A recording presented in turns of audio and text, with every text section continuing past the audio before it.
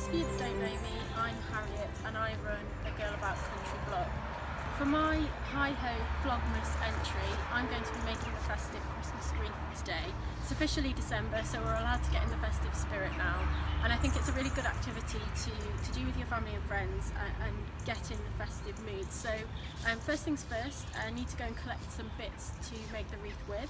So I've got my helper here and we're going to take a walk around the farm, but everything that you need to make a wreath you can collect in your local park, or just take a walk down the lane and see what's in the hedge. So let's get out there and collect some goodies. So first things first, we need to have a base for the wreath. I would advise something of an evergreen nature that's quite thick, so I'm going to use some of these conifers and hope my dad doesn't notice. So you want to snip about this sort of length, and what we'll do is layer a few branches on top of each other, and that will create the thickness for the wreath.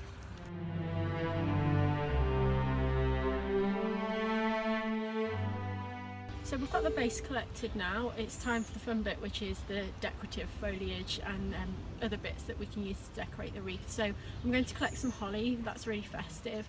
Also I'm going to collect some pine cones and any other colourful bits and bobs that I can find in the garden. So you can choose whatever you want, it's entirely up to you, but I'm going to start with some holly. So I've collected all of my things to make the wreath.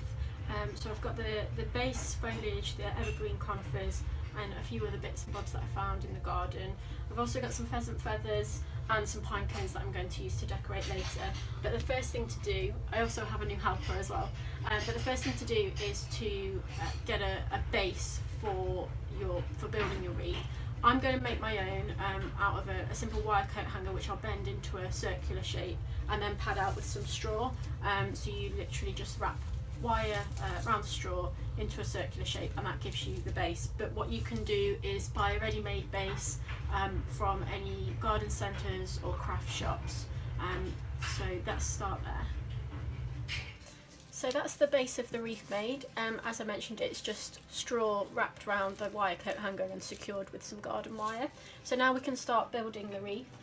So we're going to start with the evergreens, and what I'll do is just layer a few on top of each other to give the thickness, and then we'll just layer around the wreath all in the same direction and secure with wire.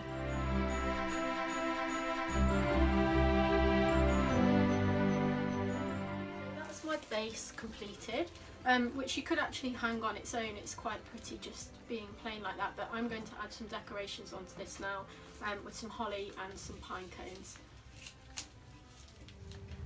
So I'm going to start with the holly decorations, and because the wreath is quite thick I don't need too much. So what I'm going to do is leave quite a lot of the stem without leaves, and then really you just poke that into the evergreen. So if you pull the evergreen back a little bit and just simply poke that in.